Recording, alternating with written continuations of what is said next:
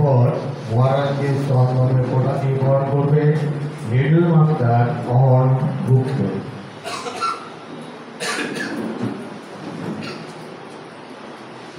আপনারা একটু সম্পর্কে অনুরোধ করবেন, যদি থাকে সাক্ষাৎ অনুরোধ।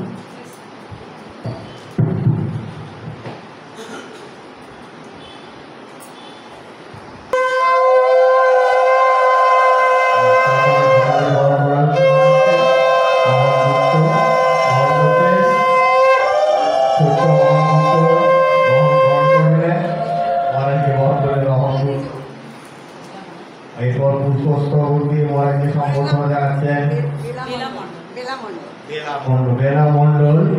পুষ্পস্তবক দিয়ে মহারাজকে বরণ করে দিচ্ছেন বেলা মণ্ডল।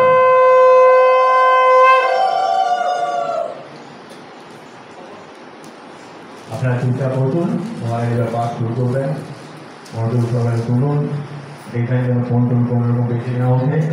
মহারাজের অন্যমনস্ক হয়ে যায়, অন্যমনস্ক হয়ে গেলে কিন্তু পাঠের এটা একটু কমে যায়। আমরা সবাই আমাদের আরাধ্য গুরুদেব এবং ঠাকুরমা স্বামীজিকে প্রণাম জানিয়ে দেব। তারপরে আমরা যেহেতু ভাগবতের ক্লাস, তাই ভগবান শ্রীকৃষ্ণের যে অমৃত বাণী গীতা, সেই গীতা সবাই মিলে গীতা চ্যান্টিং করব। শ্রীকৃষ্ণকে প্রণাম জানিয়ে গীতা চ্যান্টিং করে এরপর ভাগবত আলোচনার মধ্যে যাব। আপনারা যারা যারা গীতা বই এনেছেন বের করে রাখবেন হাতের কাছে। এখন আপনারা ঠাকুরমা স্বামীজির দিকে তাকিয়ে চোখ বুঝে নেবেন, চোখ বন্ধ করে। তখন এটা তো বাইরে দেখছেন, তখন ভিতরে দেখবেন। এইখানে ঠাকুরমা স্বামীজি আর গুরুদেব আছেন, তাদেরকে দেখে তাদের কাছে প্রণাম জানান। শুরু করছি, আপনারা সবাই একসঙ্গে বলবেন। গুরু ব্রহ্মা গুরু বিষ্ণু গুরুদেব মহেশ্বর গুরু সাক্ষাৎ পরম ব্রহ্ম তস্मै শ্রী গুরবে নমঃ। ওম স্বাগতায় চ ধর্মস্য সর্বধর্মস্বরূপিণে अवतार वरिष्ठाय रामकृष्णाय ते नमः। यथाग्निर्दाहिका शक्ति रामकृष्णे स्थिता हिया सर्वविद्या स्वरूपां शारदां प्रणमाम्यहम्। नमः श्री यतिराजाय विवेकानंद सूरये सच्चित् सुख स्वरूपाय स्वामिने तापहारिणे। সবার প্রথমে ঠাকুরমা স্বামীজির চরণে আভূমি লুণ্ঠিত প্রণাম জানাই, গুরুদেবের চরণে গুরুলুণ্ঠিত প্রণাম জানাই। এখানে উপস্থিত সকল ভক্তদেরকে আমার ভক্তিপূর্ণ নমস্কার জানাই। আজ আমরা এখানে ভাগবতের যে ধারাবাহিক আলোচনা, তার 3 নম্বর অর্থাৎ 3য় ক্লাসে সবাই একত্রিত হয়েছি। ভাগবতের আলোচনা, মূল আলোচনা যাওয়ার আগে অনেক কিছু জানার থাকে, যেগুলো আমি গত 2টো ক্লাসে বলেছি। আজকেও সেই প্রসঙ্গ নিয়ে আলোচনার মধ্যে যাব। এটা কেমন জানেন, যেমন কোনো ভালো অনুষ্ঠান হওয়ার আগে ডেকোরেশন করতে লাগে, ভালো বাড়ি করতে গেলে ভিত ভালো করে করতে লাগে, ঠিক তেমনি মূল ভাগবতের আলোচনায় প্রবেশ করার আগে তার অনেক ভূমিকা থাকে, যেগুলো বুঝলে আমাদের ভাগবতটা বুঝতে অনেক সুবিধা হয় বা সহজ হয়। তাই যার জীবনীর উপর স্বয়ং ভগবান শ্রীকৃষ্ণ, যিনি ভক্তবৎসল কৃপা সিন্ধু, যার জীবন কথা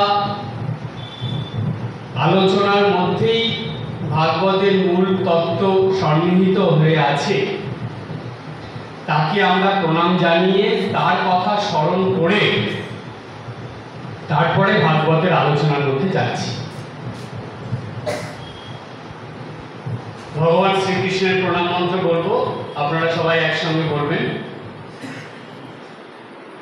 ওম বসুদেব সুতং দেবং कंसचाणूरमर्दनं देवकी परमानन्दं कृष्णं वन्दे जगद्गुरुं मूकं करोति वाचालं पङ्गुं लङ्घयते गिरिं यत्कृपातमहं वन्दे परमानन्दमाधवम्। ভগবান শ্রীকৃষ্ণের চরণে আমার ভুলন্দিত প্রণাম। এখন আপনারা সবাই গীতা বইটা হাতে নিয়ে একবার প্রণাম করে গীতার ১৬০০ অধ্যায় ১৬ নম্বর অধ্যায়টা খুলুন। আমরা গত ক্লাসে ১২ নম্বর অধ্যায় পড়েছি, আজকে আমরা ১৬ নম্বর অধ্যায়টা পড়ব। কেন ১৬ নম্বর অধ্যায়টা পড়ব, অধ্যায়টা পড়ে নিই, তারপরে আপনাদেরকে বলবো।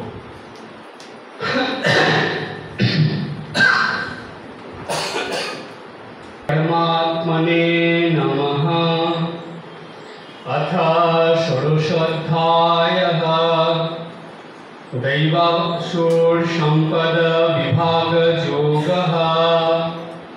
श्रीभगवानुवाच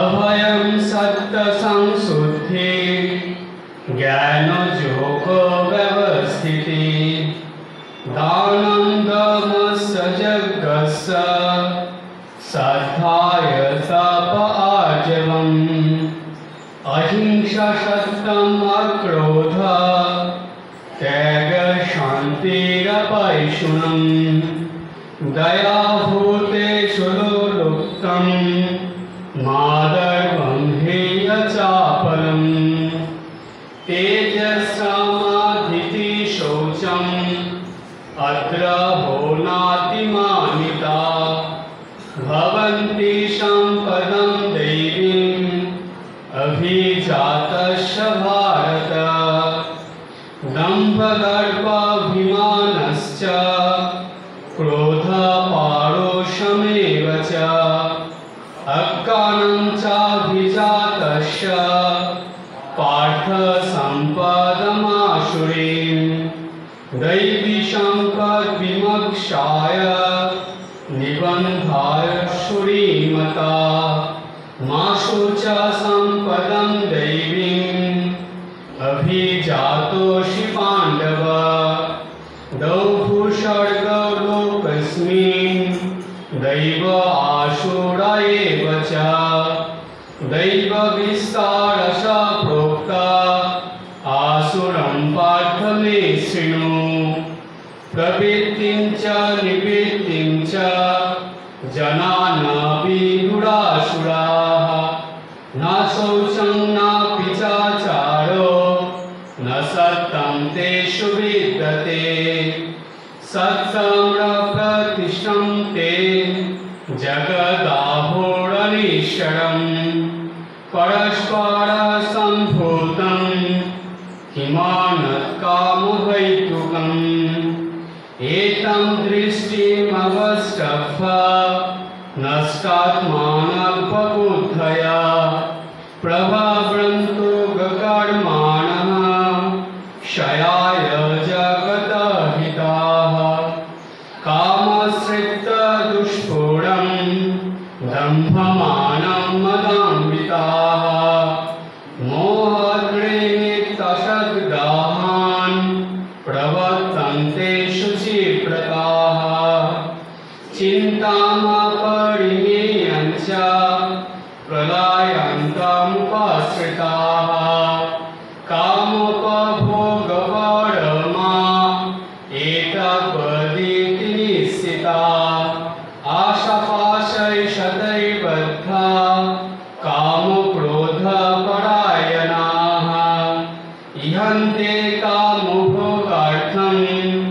अन्नायेनार्थसञ्चयान् इदमद्य मया लब्धम् इमं प्राप्स्यो मनोरथम् इदमन्तम् इदमपि मे भविष्यति पुनर्धनम् असौ माया हतः शत्रु हनिरस्य चापरणपि ईश्वरोऽहम् अहं भोगी सिद्ध अहं बलवान् सुखी अर्धबीजानवानस्मि कोन्नस्तोषादृशो मया जक्ष्यदास्यामि मोदिष्य इत्थज्ञानं विमोहिताः अनेकचित्तविभ्रान्ता मोहजालसमावृताः प्रसक्ताः मोहकेषु पतन्ति नरकेषु च आत्मसम्भाविता स्तब्धा धानमानमदम्बिताः यजन्ते नाम यज्ञैस्ते दम्भिना विधिपूर्वकम् अहङ्कारं बलं दर्पं कामं क्रोधं च संश्रिताः मामात्मपरदेहेषु प्रद्विषन्तभसूयकाः तानहं दिशितकूणान् संसारेषु नराधमान् क्षिप्रमिजस्रशुभान् असुरेषु सुजनेषु असुरीं योनिमापन्ना मूढा जन्मनि जन्मनि मां प्राप्यैव कौन्तेय ततः जन्ति भ्रमां गतिं त्रिविधं नरकस्येदं दारं नाशनमात्मनः कामक्रोधस्तथा लोभः तस्मादेतत्त्रयं त्यजेत् एतैर्विमुक्तः कौन्तेय तमोद्गारैस्त्रिभिः नराः आचरात्मानः श्रेयः ततो जाति परां गतिं यशास्त्रविधिमुत्सृज्य वर्तते कामकारकः न सा सिद्धिमवाप्नोति न सुखं न परां गतिं तस्मात् शास्त्रं प्रमाणन्ते कार्यकार्यव्यवस्थितौ गत्वा शास्त्रविधानोक्तं तत्त्ववेत्तुमिमांसि ॐ तत्सदिति श्रीमद्भगवद्गीतासु उपनिषत्सु ब्रह्मविद्यायां योगशास्त्रे श्रीकृष्णार्जुनसंवादे दैवासुरसम्पदविभागयोगो नाम षोडशोऽध्यायः। ॐ शान्ति शान्ति शान्तिः।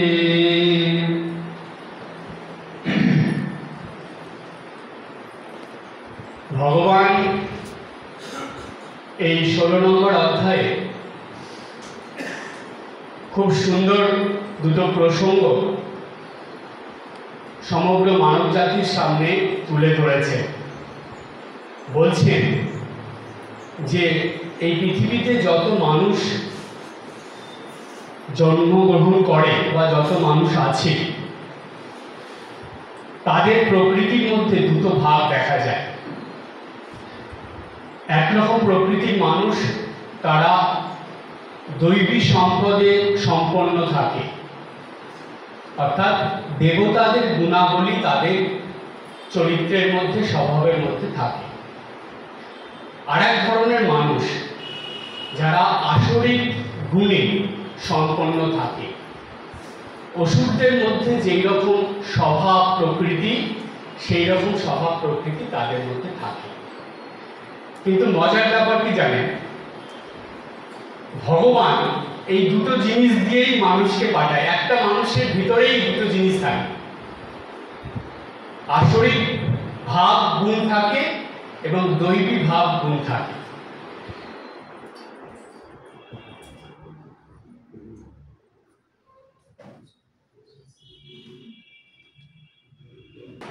তো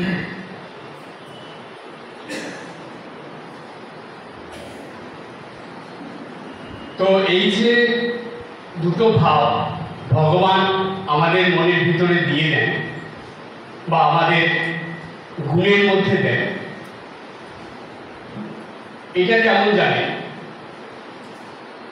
মানুষ যখন জন্ম নেয় শিশু অবস্থায় তার মধ্যে দৈবী গুণের প্রকাশটাই থাকে। দেখবেন একটা শিশুকে, বাচ্চাকে সবাই ভালোবাসে, কারণ তার মধ্যে ওই দৈবী গুণ আছে বলে।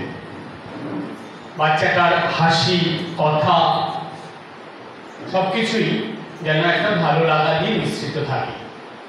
ধীরে ধীরে সে যখন বড় হয়, যখন জগতের আর 5 জন মানুষের সঙ্গে মিশতে থাকে, বাইরে যায়, সমাজে বিভিন্ন স্থানে যায়, তখন তার মধ্যে ওই দৈবিক গুণগুলো চাপা পড়ে আসরিক গুণগুলো বৃদ্ধি পেতে থাকে। কিন্তু জানেন, যেহেতু দৈবিক গুণগুলো ভগবান জন্মের সময় আমাদের মধ্যে দিয়ে দিয়েছেন, তাই ভগবানের অশেষ কৃপা আমাদের প্রতি যে দৈবিক গুণ কখনো বিনষ্ট হয়ে যায় না, কখনো দৈবিক গুণ আমাদের মধ্যে থেকে চলে যায় না, ওটা চাপা পড়ে থাকে। বা মেঘে যেমন সূর্যকে ঢেকে দেয়, ঠিক তেমনি দৈবিক গুণগুলোকে আসরিক গুণ ঢেকে দেয়। কেমন জানেন? ধরুন আপনি বাড়িতে একটা চন্দন গাছ লাগালেন, খুব আদর যত্ন করে গাছটাকে একটু বাঁচিয়ে তুললেন, কিছুদিন ওইদিকে যদি নজর না দেন, দেখবেন চন্দন গাছটা খুঁজে পাচ্ছেন না। কেন?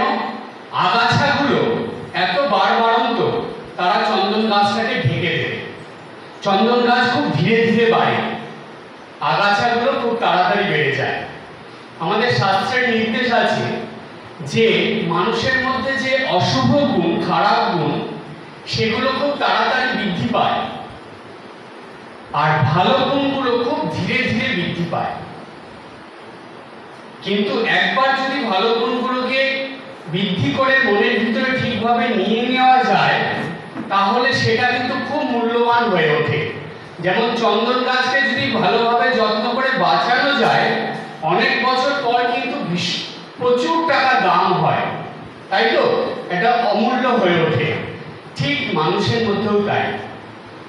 কিন্তু ভগবান দেখুন, এইখানে গীতা বইয়ে দেখবেন খুব অদ্ভুত ব্যাপার।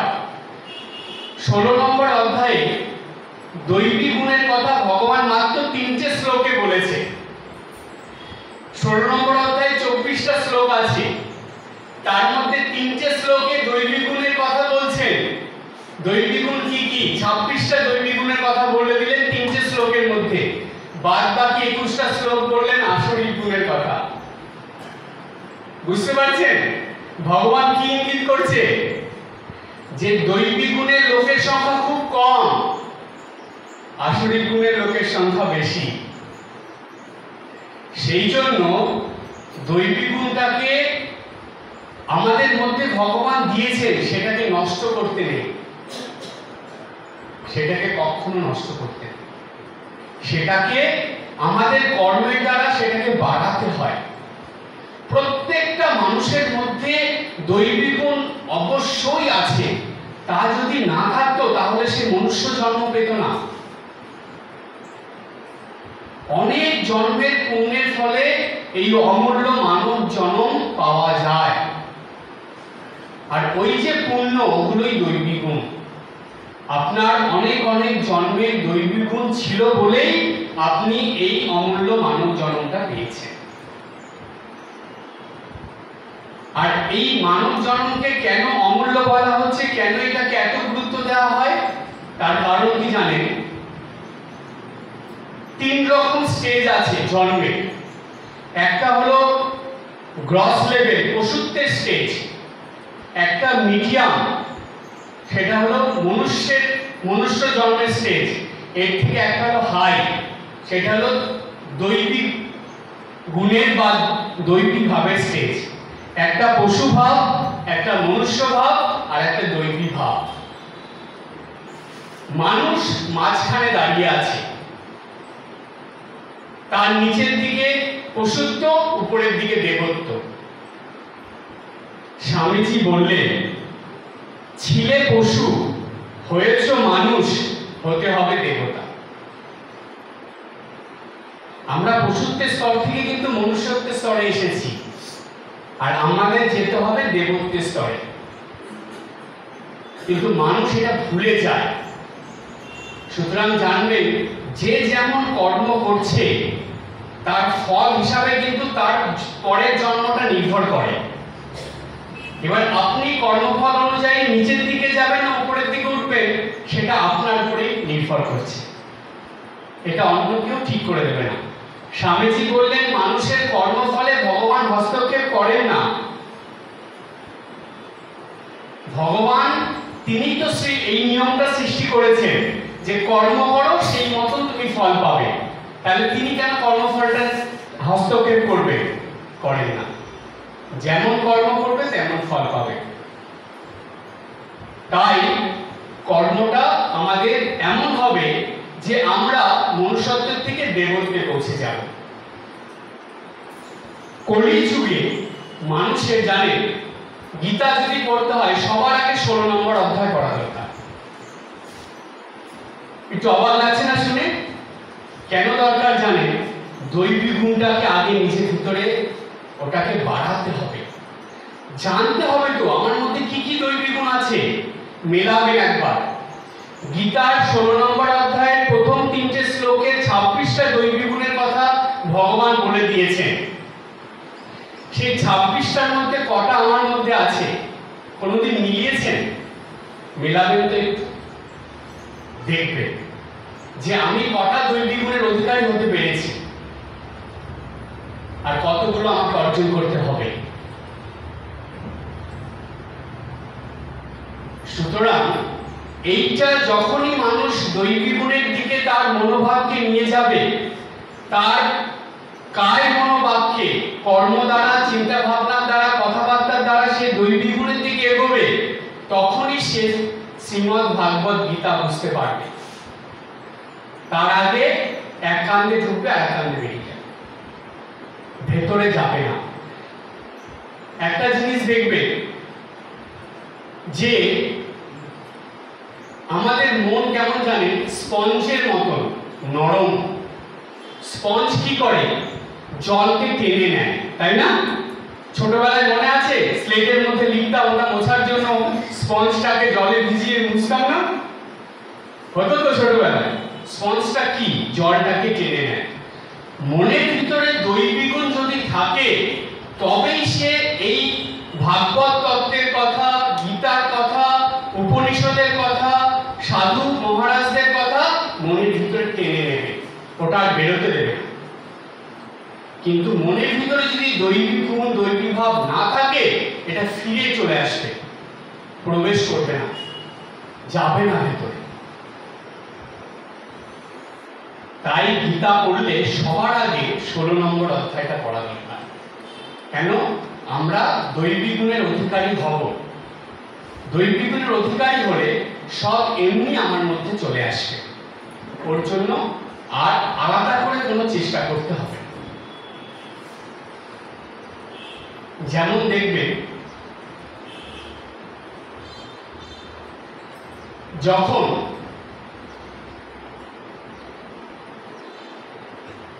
প্রকৃতির মধ্যে আমরা এই জিনিসটা খুব ভালো দেখি, ঠিক একটা সময়ে সেই গাছে পাতা ঝরে যাবে, নতুন পাতা আসবে, ফুল আসবে, ফল আসবে। গাছটা লাগিয়ে দিলে সঙ্গে সঙ্গে আসে? আসে না। ন্যাচারালি তার একটা সময় আছে, সেই সময়ে আসবে। ঠিক তেমনি আমাদের মন আমরা তৈরি করে নিলে এরা এমনি আমাদের মধ্যে চলে আসবে, যা যা ভালো কিছু আছে।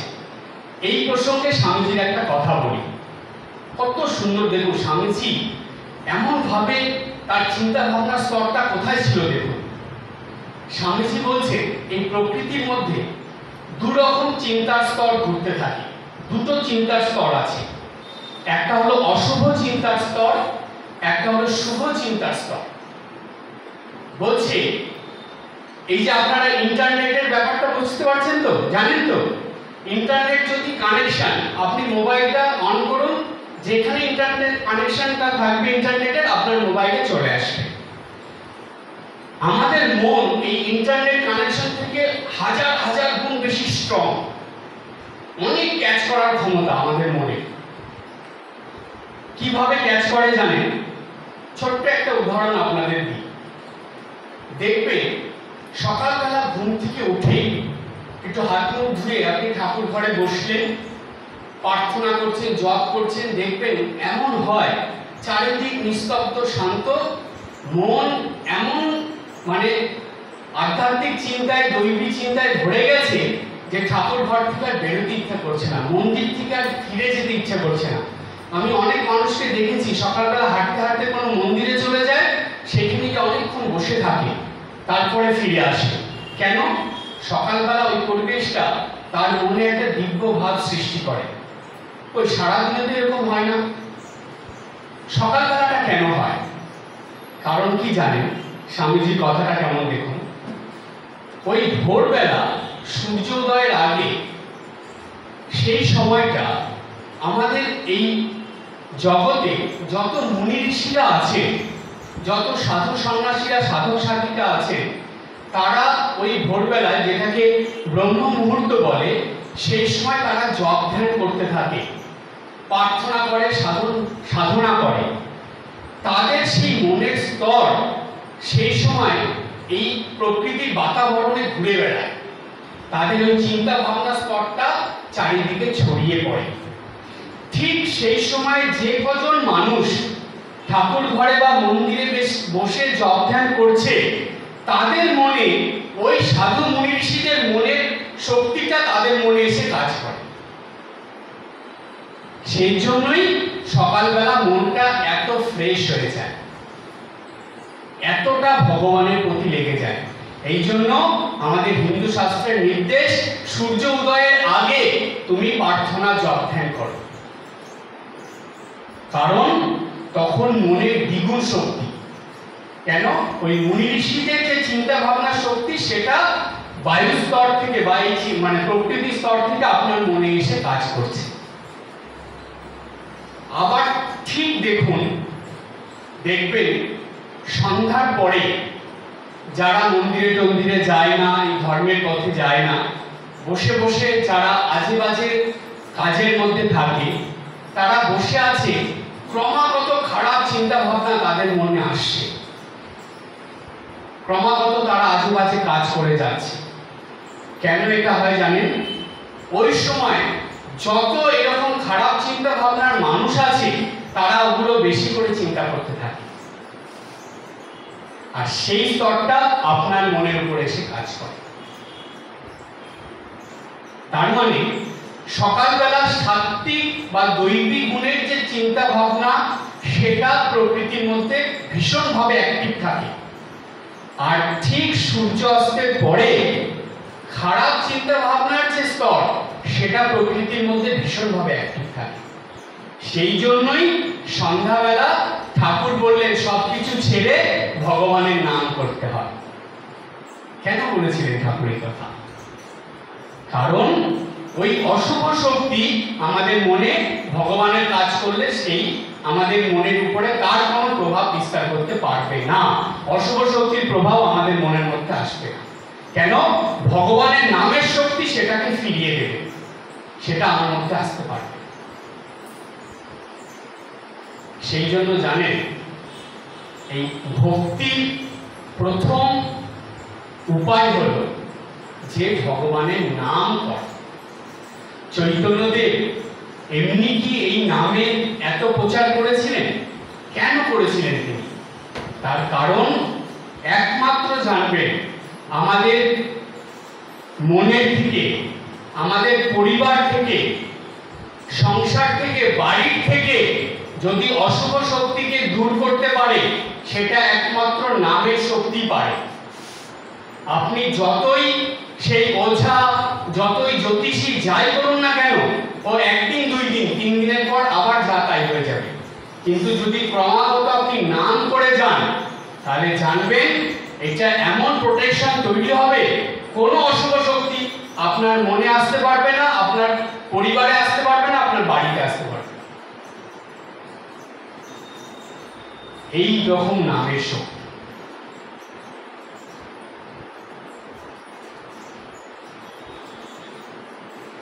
কলিযুগে অনবরত হরিনাম যে জপ করে,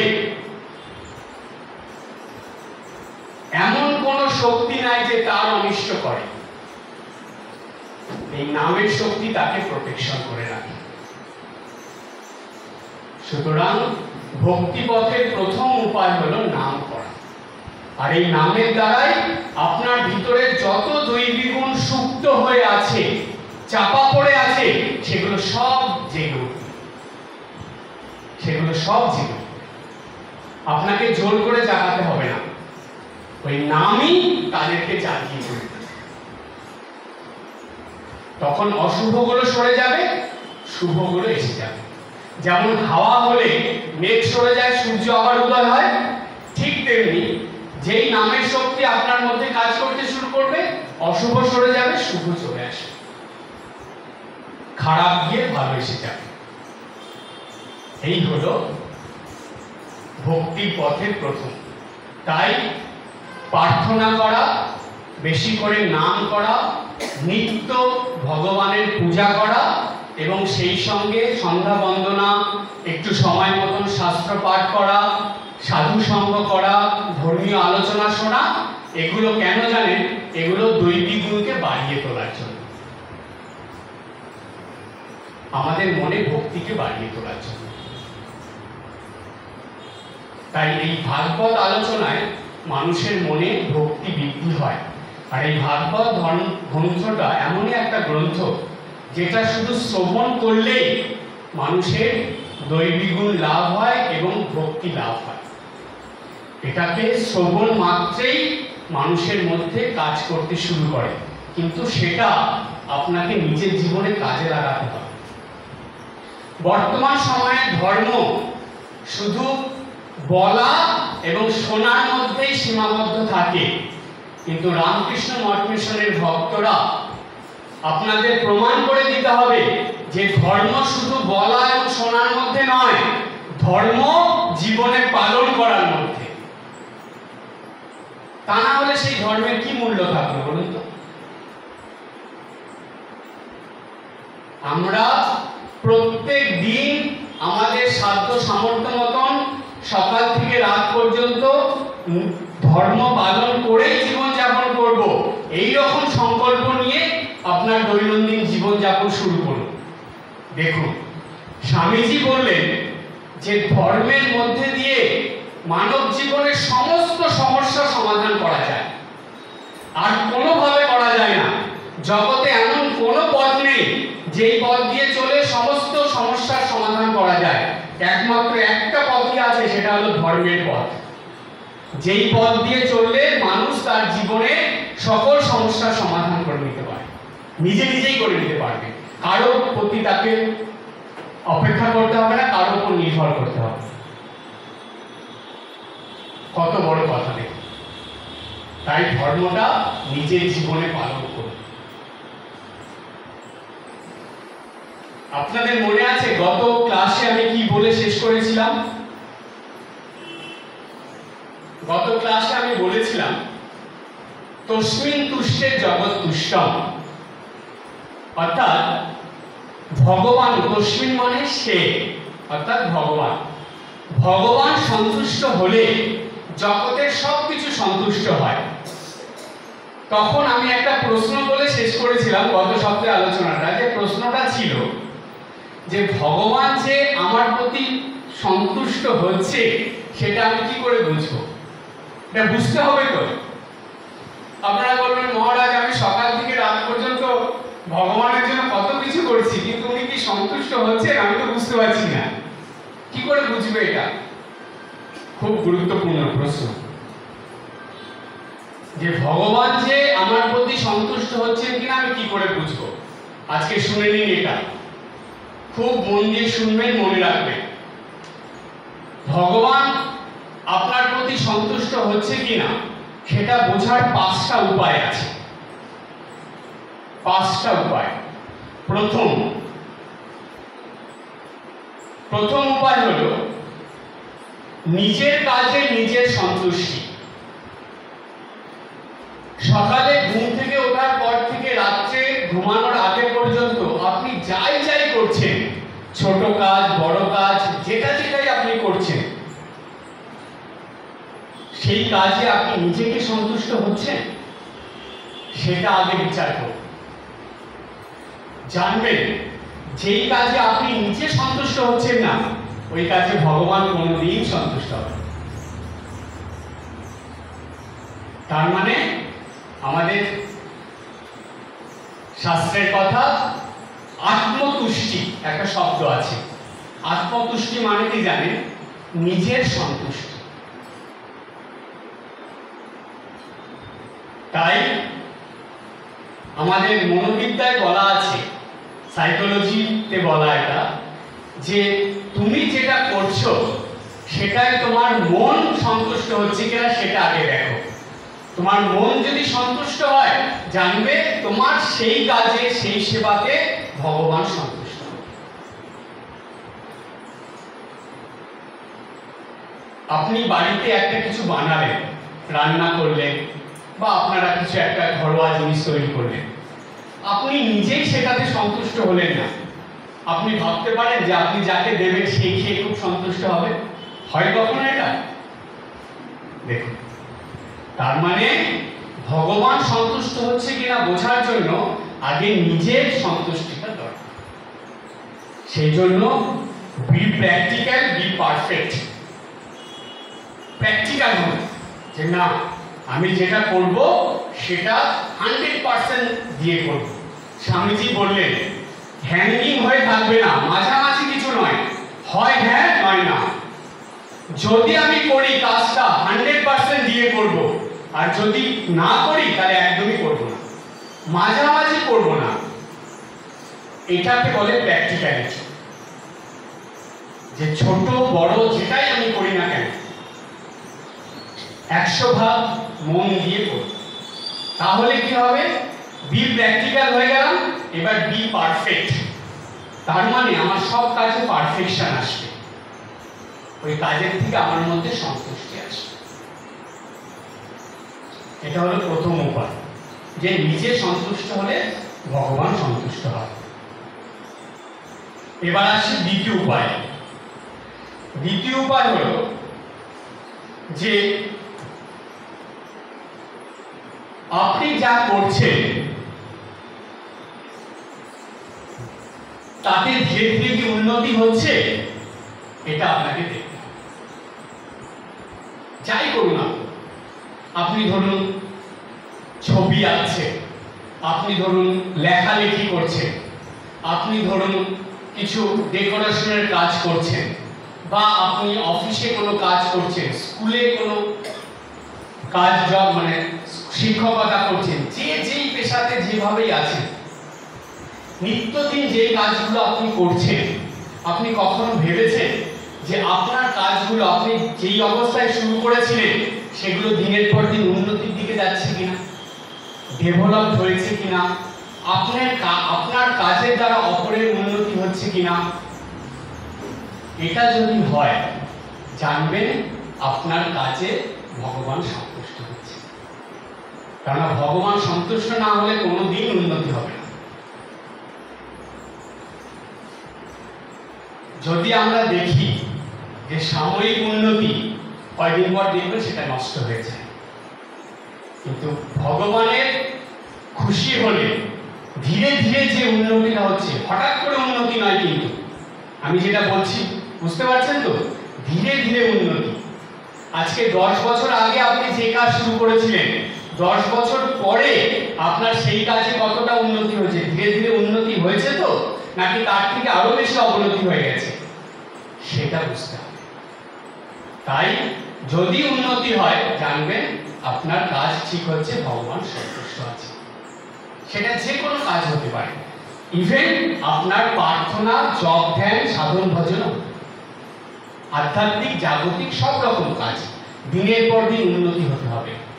অনেক ভক্ত মানুষদের আমি বলি, কখনো একটু বাড়িতে চুপ করে বসে ভাববেন যে আপনি দীক্ষা নেওয়ার আগে যেমন ছিলেন, দীক্ষা নেওয়ার এত বছর পরে কি একই রকম আছেন নাকি কিছু পরিবর্তন হয়েছে? দেখবেন তো একটু ভেবে আপনি কি ছিলেন আর কি হয়েছেন। যদি দেখেন যে হ্যাঁ, আমার মধ্যে অনেক পরিবর্তন হয়েছে, আমার জাগতিক কামনা বাসনা, লোভ লালসা এগুলো কমে গেছে, রাগ হিংসা এগুলো আমার মধ্যে আসছে না, আমার মন এখন একটু নিজের মতন থাকতে চাই, ঠাকুর সেবা নিয়ে সংসারের দায়িত্ব কর্তব্য করে একটু নিজের মতন থাকবো, একটু সেবা কাজ করব, মানুষের ভালো করব, সবার সঙ্গে ভালো ব্যবহার করব, সেগুলো হয়েছে কি? একটু ভাববেন তো যে দীক্ষার আগে আমি যেমন ছিলাম, দীক্ষার এতগুলো বছর পরে আমার কতটা পরিবর্তন হয়েছে, আমি কতটা নিজেকে উন্নত করতে পেরেছি। তাহলে জানবেন ভগবান আপনার প্রতি সন্তুষ্ট আছে। এই উন্নতিটা দরকার। দ্বিতীয়, 3 নম্বর হলো মনের মধ্যে সবসময় একটা আনন্দের ভাব থাকে। এটা বাইরে প্রকাশ করার না, এটা একটা কেমন আনন্দ জানেন? দেখবেন আপনারা ধরুন জয়রাম বাটি খুব ভালোবাসেন, জয়রাম বাটিতে গিয়ে পৌঁছে মায়ের মন্দিরে গিয়ে বসলে মনের ভিতর কেমন আনন্দ হয়, এটা কি কাউকে বলার, কাউকে প্রকাশ করা যায়? সেই আনন্দটা নিজের মধ্যে থাকে। ধরুন কেউ কামারপুকুর খুব ভালোবাসে, কেউ বেলুড় মঠ খুব ভালোবাসে, সেইখানে গিয়ে ঠাকুর মন্দিরে বসে ঠাকুরের সামনে বসে মনে যেই আনন্দ, সেটা কাউকে প্রকাশ করা যায়? এই রকম আনন্দের ভাব যখন আপনার মনের ভিতরে থাকবে, জানবেন ভগবানের কৃপা আপনার প্রতি হচ্ছে। মানে আপনার মনে সবসময় একটা আনন্দের ভাব, সেটা আপনার কথাবার্তার মধ্যে প্রকাশ পাচ্ছে, সেটা আপনার কাজকর্মের মধ্যে প্রকাশ পাচ্ছে, সেটা আপনার আচার আচরণ ব্যবহার চিন্তা ভাবনার মধ্যে প্রকাশ পাচ্ছে। এই হলো 3 নম্বর বললাম যে ভগবান আপনার প্রতি সন্তুষ্ট আছে কিনা তার 3 নম্বর উপায় বোঝা। 4 নম্বর উপায় হলো, ধরুন বেশিরভাগ মানুষের প্রথম অনেকক্ষণ প্রার্থনা করা, একটু বেশি সময় ধরে জপ করা, একটু মেডিটেশন ধ্যান করা, একটু সময় মতন শাস্ত্র পাঠ করা, সাধু সঙ্গ করা, ধর্ম আলোচনা শোনা, সন্ধ্যা বন্দনা, এইসব ধর্মীয় ব্যাপারগুলি খুব বেশি ভালো লাগে না। আর ঠিক আছে, করতে হয় করছি, দীক্ষা নিয়েছি করতে হবে। কিন্তু জানবেন ভগবানের কৃপা যদি আপনার উপর হয়, ভগবান যদি আপনার উপর সন্তুষ্ট থাকে, দেখবেন এগুলোই বেশি ভালো লাগবে, অন্যগুলো আর বেশি ভালো লাগবে। তখন ঠাকুর ঘরে একটু বেশিক্ষণ বসতে ইচ্ছে করবে, ধর্মীয় স্থানে তীর্থস্থানে যেতে ইচ্ছে করবে, কোনো মন্দিরে সকালবেলা হাঁটতে বেরিয়ে না অন্য কোথাও যাবো না, একটু মন্দিরে যাই, একটা মন্দিরে যেতে ইচ্ছে করবে। পেপার পড়বো না, অনেক পেপার পড়েছি, এখন একটু ভাগবত পড়ি বা একটু রামায়ণ পড়ি, একটু মহাভারত পড়ি। এই যে মনের পরিবর্তনগুলো, জানবেন এটাই আপনার প্রতি ভগবানের সন্তুষ্টির প্রকাশ। যে মনটা বিষয়মুখ থেকে সরে গিয়ে ঈশ্বর মুখে যাচ্ছে, অর্থাৎ বিষয়মুখী মন ঈশ্বরমুখী হচ্ছে, এটাই ভগবানের সন্তুষ্টির প্রকাশ। 4 নম্বর। 5 নম্বর হলো যে ধরুন আপনি বুঝতে পারছেন বা বুঝতে পেরেছেন যে আগে আপনার সঙ্গে মানুষের অনেক বেশি মনোমালিন্য হতো, মতের মিল হতো না, অনেক বেশি মানুষ আপনার সম্বন্ধে আজে বাজে কথা বলতো, আপনাকে হিংসা বিদ্বেষ বেশি করত, আপনাকে বেশ ভালো চোখে দেখতো না। কিন্তু ধীরে ধীরে এমন হবে, দেখবেন আপনাকে অনেক বেশি মানুষ ভালোবাসছে, শ্রদ্ধা করছে, সম্মান দিচ্ছে, আপনার প্রতি তাদের মনোভাবের পরিবর্তন হচ্ছে, আপনাকে তারা ভালোভাবে গ্রহণ করছে, সবার মধ্যে থেকে একটা ভালোবাসার ভাব আপনি নিজের মধ্যে পাবেন। জানবেন এটাই ভগবানের সন্তুষ্টির প্রকাশ। যে আপনার প্রতি বা আপনার কর্মের দ্বারা, আপনার চিন্তা ভাবনার দ্বারা, আপনার ব্যবহার আচরণের দ্বারা ভগবান সন্তুষ্ট হয়েছে। তাই ভগবানের সন্তুষ্টিতে মানুষ সন্তুষ্ট হয়ে আপনার প্রতি তাদের মনোভাবই পরিবর্তন হয়ে গেছে। জানেন, এতটা পরিবর্তন হয়, ভগবানের সন্তুষ্টিতে শত্রু মিত্রতে পরিণত হয়ে যায়। শত্রু মিত্রতে পরিণত। তাই 5টা উপায়ের কথা বললাম, এটা নিত্যদিন একবার করে মনে করবে যে আমি যে জীবনযাপন করছি এই 5টা পদ্ধতি আমার জীবনে আছে কিনা, এবং এই জীবনযাপনের দ্বারা ভগবান আমার প্রতি সন্তুষ্ট কিনা। এটা কাউকে জিজ্ঞেস করতে লাগবে না, আপনি নিজেই বুঝতে পারবেন। শুধু এই 5টা পয়েন্ট যেটা বললাম এটা মনে রাখবেন, একদম জীবনের শেষ নিঃশ্বাস পর্যন্ত মনে রাখবেন। দেখবেন শেষ দিনে ভগবান আপনার প্রতি এতটাই সন্তুষ্ট হবে, আপনাকে হাতে ধরে নিয়ে যাবে, নিজে আসবেন আপনাকে নিতে। ভগবান যদি সন্তুষ্ট না হন, যমলোক থেকে 2জন যমদূত আসবে, এসে আপনাকে বিভিন্ন রকম অত্যাচার করে করে নিয়ে যাবে। আর ভগবান যদি সন্তুষ্ট হন, তাহলে উনি স্বয়ং আসবেন, বা বিষ্ণু লোক থেকে বিষ্ণু দূতকে পাঠাবেন আপনাকে নিয়ে যাওয়ার জন্য। সেরকম ভাবে জীবনযাপন করুন, সেরকম ভাবে জীবনযাপন।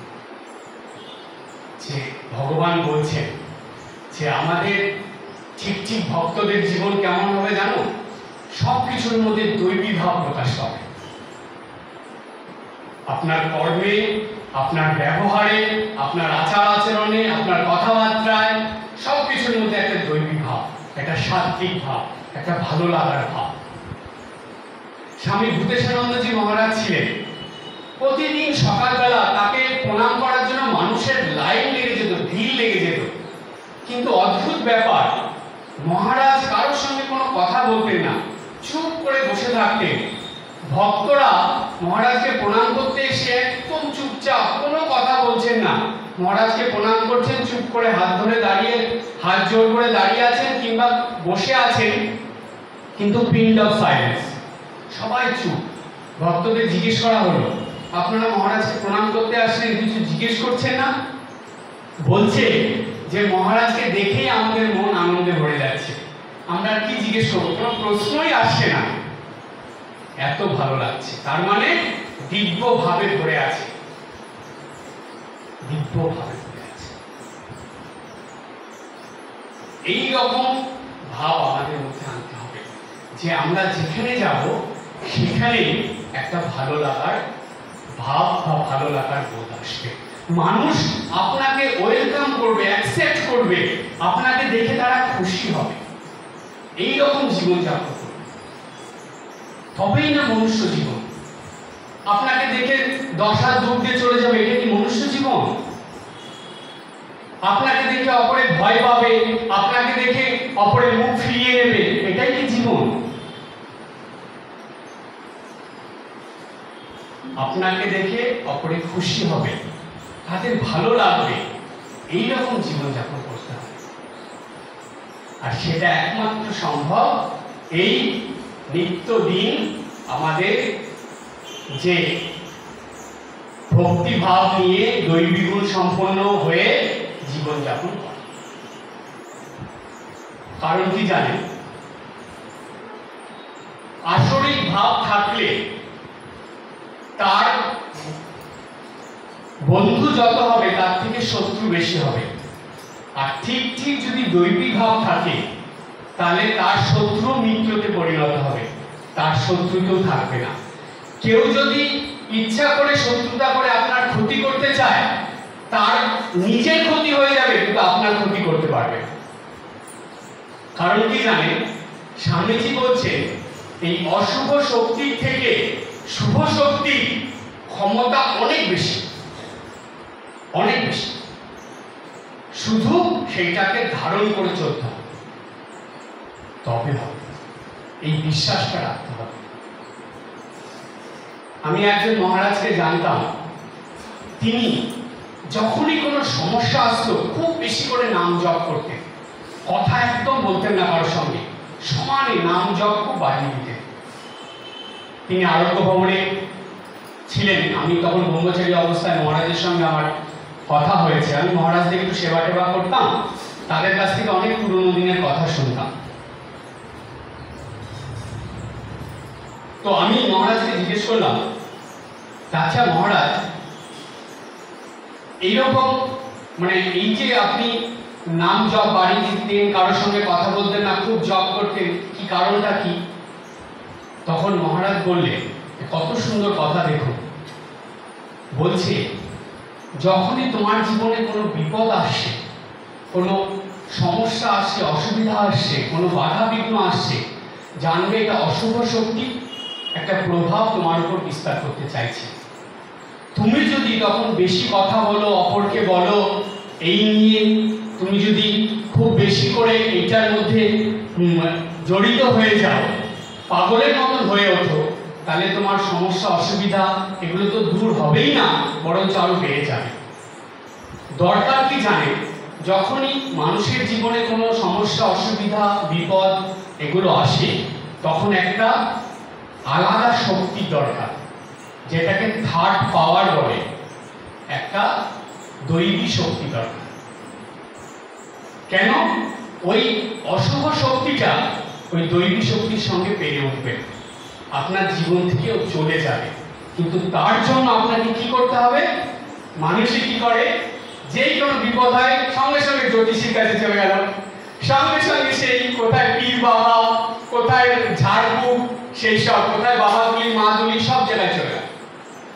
কিন্তু যেই শক্তি তার নিজের ভিতরে আছে সেটাকে সে ব্যবহার করে না, সেই শক্তি হলো নামের শক্তি। সেই জন্য মহারাজ বললে যে ওই যে তুমি বিপদের সময় কাউকে কিছু না বলে ক্রমাগত নাম জপ করে যাচ্ছ, ওই নাম জপের শক্তিতেই তোমার বিপদটা কেটে যাবে, তোমার সমস্যাটা দূর হয়ে যাবে, তোমার বাধাটা কেটে যাবে। কিন্তু তোমাকে একটু ধৈর্য ধরে ভগবানের প্রতি বিশ্বাস রাখতে হবে। তুমি যার নাম করছো তার উপর বিশ্বাসটা রাখবে। ভগবান একটু ধৈর্যের পরীক্ষা নেয়, একটু ধৈর্যের পরীক্ষা নেয়, যে এই ভক্তটা কতটা আমাকে বিশ্বাস করে সেটা ভগবান দেখতে চায়। এই প্রসঙ্গে একটা সুন্দর গল্প বলে শেষ করব। অনেক তো তত্ত্ব কথা হলো, এবার একটা গল্প, ভালো মজার গল্প, শিক্ষার গল্প। কৈলাসে শিব পার্বতী বসে আছে, তো দেখছে শিব পার্বতী দুজনে কথা বলছে। হঠাৎ করে দেখছে শিব নেই, তো পার্বতী দেখতে প্রভু কোথায় চলে গেল। তো নারদ সেই সময় শিবের সঙ্গে দেখা করতে এসেছিল। তো নারদ তো বৈকুণ্ঠ লোক, শিবলোক, ব্রহ্মলোক সব জায়গায় ঘুরে বেড়ায়, তো সেইখানে এসেছে, এসে দেখছে নেই। পার্বতী মাকে জিজ্ঞেস করছে যে মা, প্রভু কোথায় গেলে? বলছে যে প্রভু তো ছিলেন এইখানে, কথা বলছিলেন, হঠাৎ করে দেখলাম প্রভু নেই, কোথায় চলে গেছে, আমাকে বলে যায়নি। তো নারদ অনেকক্ষণ ধরে অপেক্ষা করছে, মানে নারদ অপেক্ষা করে আছে, ভাবছে যে কোথায় গেল প্রভু, কি করবে, চলেই যাবে না থাকবে। দেখছে কিছুক্ষণের মধ্যেই শিব চলে এসেছে, এসে আমার নিজের জায়গায় বসে গেছে। তো নারদ মুনি গিয়ে শিবকে প্রণাম করলো, বলছে প্রভু আমি এসেছি, এসে দেখছি আপনি নেই, আমি ভাবছিলাম আপনাকে কোথায় খুঁজতে যাবো, দেখে আপনি আবার চলে আসলেন, কোথায় গিয়েছিলেন? তো শিব বসে আছে, নারদের কথা শুনছে, বলছে না। পার্বতী জিজ্ঞেস করছে যে আপনি কোথায় চলে গেলেন? এই তো ছিলেন, গেলেন, আবার সঙ্গে সঙ্গে চলে আসলেন। তো শিব বললো একটা জরুরি কাজে গিয়েছিলাম, কিন্তু কাজটা না করেই ফিরে চলে আসলাম।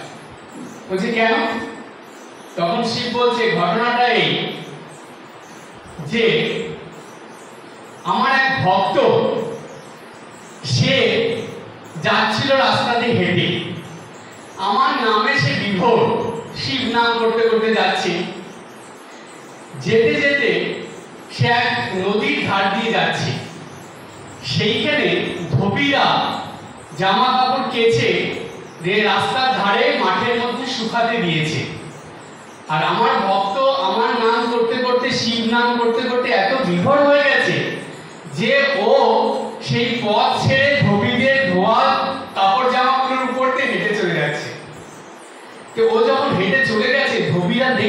দেখে আরে আরে করে চিৎকার করে উঠেছে, বলছে আমাদের এই ধোয়া কাপড় জামাগুলো আবার নোংরা করে দিয়ে গেল, আমাদের আবার ধুতে হবে, ধর ব্যাটাকে, আজকে ওকে শাস্তি দেব।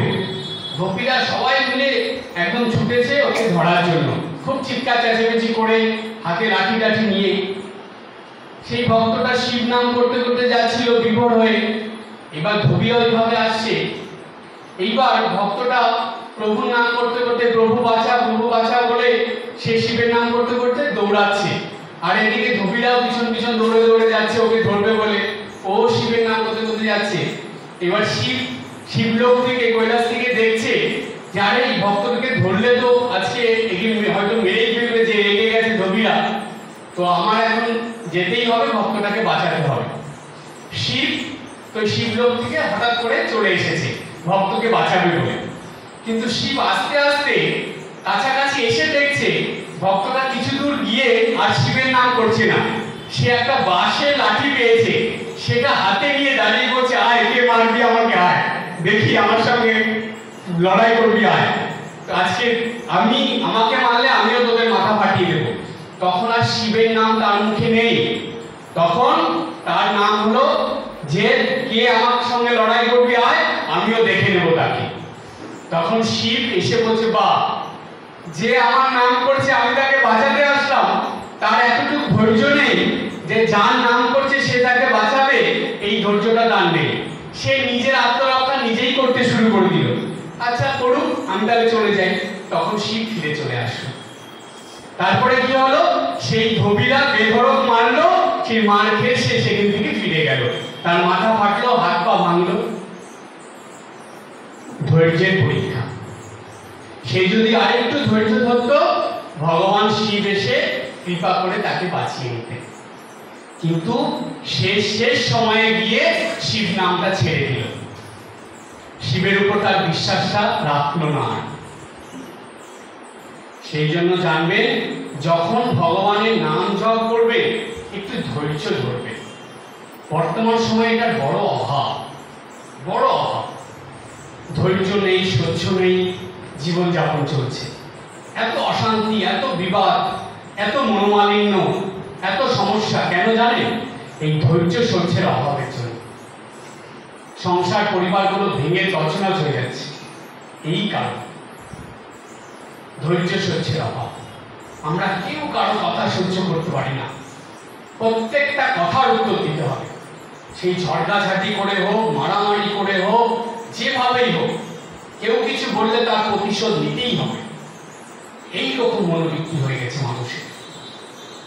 কিন্তু আমি একজন মহারাজ হয়ে আপনাদের অনুরোধ করব, রামকৃষ্ণ মঠ মিশনের ভক্তদের যাতে এরকম স্বভাব না হয়। আমাদের জননী যিনি মা, তিনি কি শিক্ষা দিয়েছেন? তিনি কি আমাদের এই শিক্ষা দিয়ে গেছেন?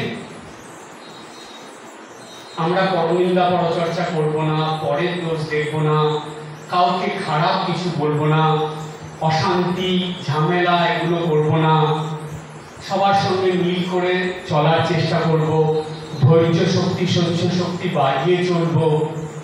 রাধু দিদি, মাকু দিদি, কালী মামা কি না করেছে মায়ের সঙ্গে, মা কতটা ধৈর্য ধরেছে বলুন। পাগলি মামি, মায়ের জীবনীটা একবার পড়বেন তো, আর নিজেদের জীবনের সঙ্গে মিলাবেন, দেখবেন তো একবার। আমরা মায়ের মেয়ে হয়ে, মায়ের ছেলে হয়ে আমাদের কি অবস্থা বলুন? আমরা মায়ের কোনটা পালন করে চলছি? যে সয় সে রয়, যে না সয় সে নাশ হয়।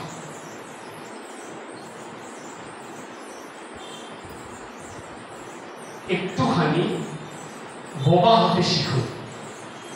আগেকার দিনে মানুষের কথা আছে জানেন তো, বোবার শত্রু নেই, কথা আছে না, বোবার শত্রু নেই। একটু বোবা হতে শিখুন। বর্তমান সময়ে প্রায় প্রত্যেকেই এফএম এর মতন জীবনযাপন করছে।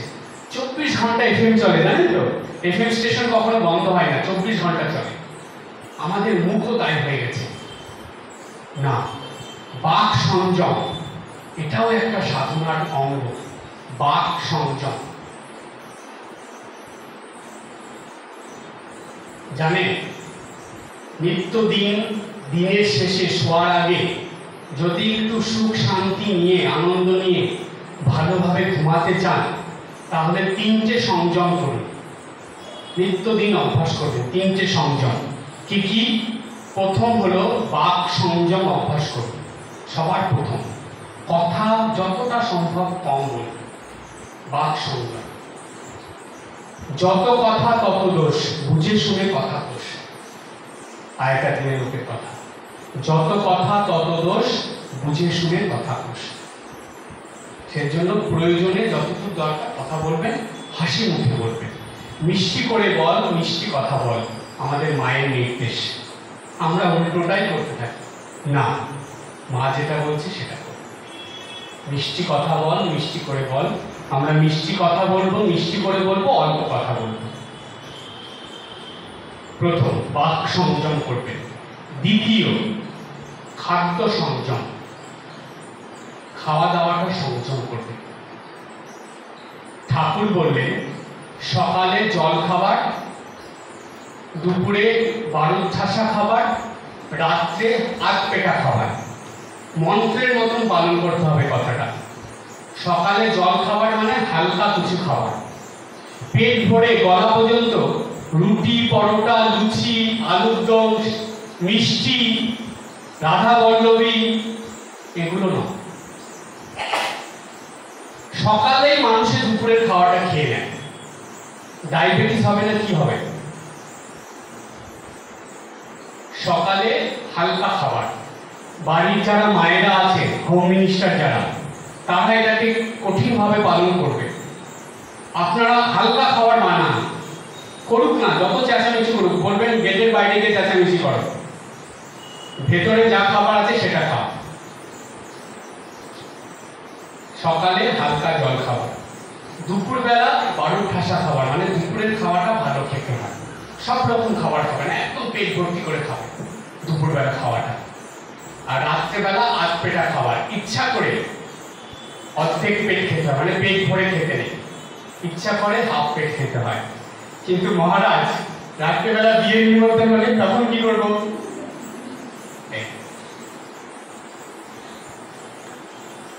সব সময় এটা পালন করবেন। নিমন্ত্রণ বাড়িতে যান, কিন্তু অল্প করে খান। নিমন্ত্রণ বাড়িতে গিয়েই গলা পর্যন্ত খেতে হবে এমন কোনো কথা আছে? আমি যাব, কিন্তু অল্প করে খাবো। তো রাত্রেবেলা আধ পেটা খাবার কেন জানেন? এইরকম যদি খাওয়ার রুটিন থাকে, দেখবেন সাধন ভজন খুব ভালো হয়, শরীরে একটা আলাদা এনার্জি থাকে। আপনারা একটা জিনিস বুঝে নিন, চিকিৎসা বিজ্ঞানের কথা এটা, যত বেশি খাবেন ওই খাবারটা হজম করাতে শরীরের এনার্জি চলে যায়। তো আপনি জপ ধ্যান কাজকর্ম কিভাবে করবেন ভালো করে? জপ ধ্যান করতে গেলে অনেক এনার্জি লাগে, কোথা থেকে পাবেন সেটা? বেশি খাবেন, বেশি ঘুমাবেন, 80% এনার্জি তাতেই চলে যায়। বেশি কথা বলেন, 80% এনার্জি চলে যাচ্ছে। সাধন ভজন করবেন কি করে? সাধন ভজন করার জন্য প্রচন্ড এনার্জি চাই, অত সুবিধার জিনিস নয়। ঠিক ভাবে জব করা অত সুবিধা নয়। আপনারা জানেন তো, জব করতে বসলে মাছের বাজার শুরু হয়ে যায় মনের ভিতরে, হয় না? কেন? ওটাকে দমন করার জন্য যে শক্তি এনার্জি দরকার সেটা তো আপনি আগেই নষ্ট করে দিচ্ছেন। কি করে এটাকে কন্ট্রোল করতে পারবেন? দেখুন আমরা কত ভুল করি। তাই খাদ্য সংযম, প্রথম বাক সংযম, দ্বিতীয় খাদ্য সংযম, আর তৃতীয় কি? তৃতীয় হলো নিদ্রা সংযম।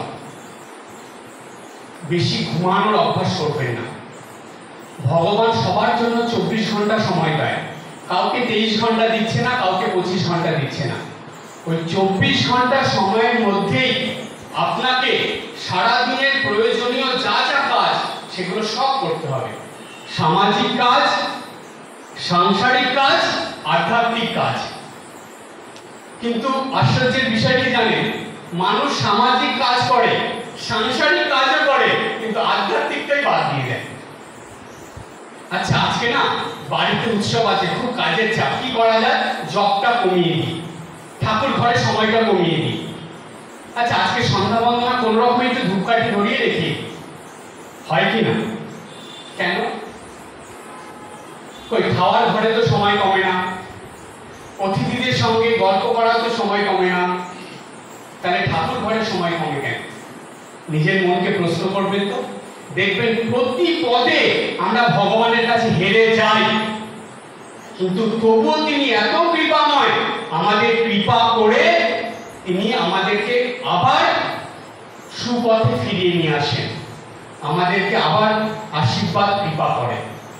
সেই জন্য ঠাকুর বললেন নিরঞ্জন মহারাজকে যে ওরে নিরঞ্জন, তুই মানুষের ৯৯টা উপকার করে একটা অপকার করবি, তারপরের দিন থেকে সেই মানুষটা তোর মুখ পর্যন্ত দেখবে না। ৯৯টা উপকার করে একটা অপকার করলে সেই মানুষটা তোর সঙ্গে সম্পর্কই নষ্ট করে দেবে, তোর মুখ পর্যন্ত দেখবে না। কিন্তু ভগবানের কাছে তুই ৯৯টা অপরাধ করে একটা উপকার যদি করিস, একটা ভালো কাজ যদি করিস, ভগবান তোকে কোলে বসিয়ে রাখবে, তোর ওই ৯৯টা অপকার বা খারাপ কাজের কথা ভগবান একবারও মনে করবে না। তাহলে তুই কার ভালোবাসা চাস, মানুষের না ভগবানের?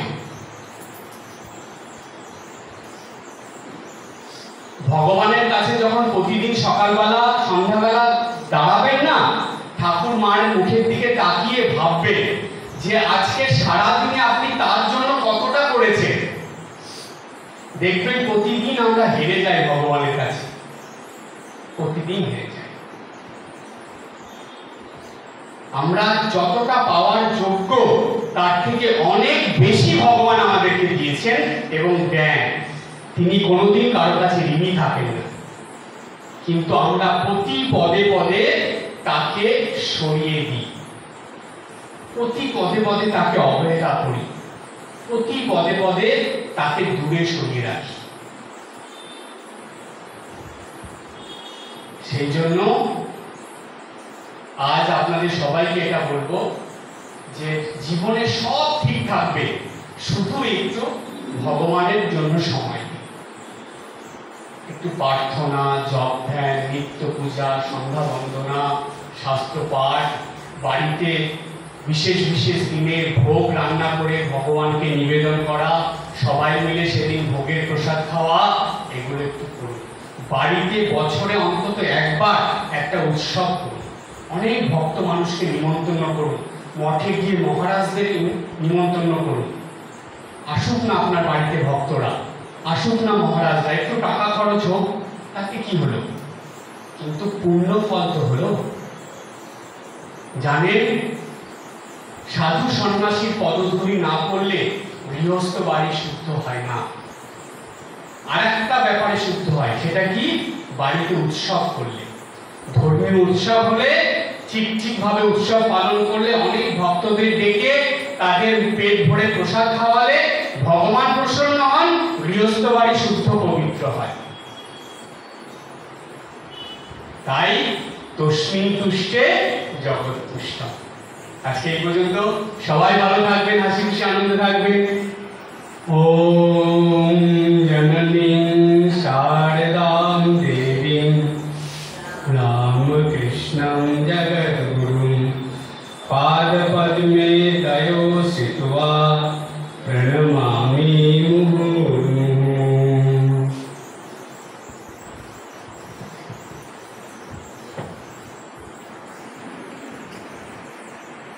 সম্পূর্ণ গান শুরু করার আগে আরেকটা কথা বলি, আমাদের একটা শ্রী শারদেশ্বরী পাঠচক্র একটা হোয়াটসঅ্যাপ গ্রুপ করা হয়েছে। আপনারা যারা যারা ওই গ্রুপে জয়েন করতে চান, তারা ওই আপনাদের হোয়াটসঅ্যাপ নাম্বার দেবেন, সেটা গ্রুপে জয়েন করিয়ে দেওয়া হবে, আমাদের গ্রুপের মেম্বাররা জয়েন করিয়ে দেবে। সেই গ্রুপে জয়েন করে প্লাস পয়েন্ট কি জানেন? প্রথম, এক গাদা মেসেজ আপনার কাছে আসবে না, যা আসবে সব ধর্মীয়মূলক কিছু মেসেজ আপনার কাছে আসবে। দ্বিতীয়, প্রতি শনিবার এবং সোমবার রাত 8:30 থেকে শনিবার উপনিষদ ক্লাস আর সোমবার গীতা ক্লাস আপনি পাবেন, যেটা আমি অনলাইনে সারা ভারতবর্ষের মানুষ সেটার মধ্যে জয়েন করে। তো আপনারা সেই ক্লাসটা করতে পারবেন, ওই গ্রুপের মধ্যে লিঙ্ক দেওয়া হবে, আপনারা সেই লিঙ্কের মাধ্যমে ক্লাসটা করবেন। প্রতি শনিবার রাত 8:30 থেকে 9:30, প্রতি সোমবার রাত 8:30 থেকে 9:30। এটা হলো।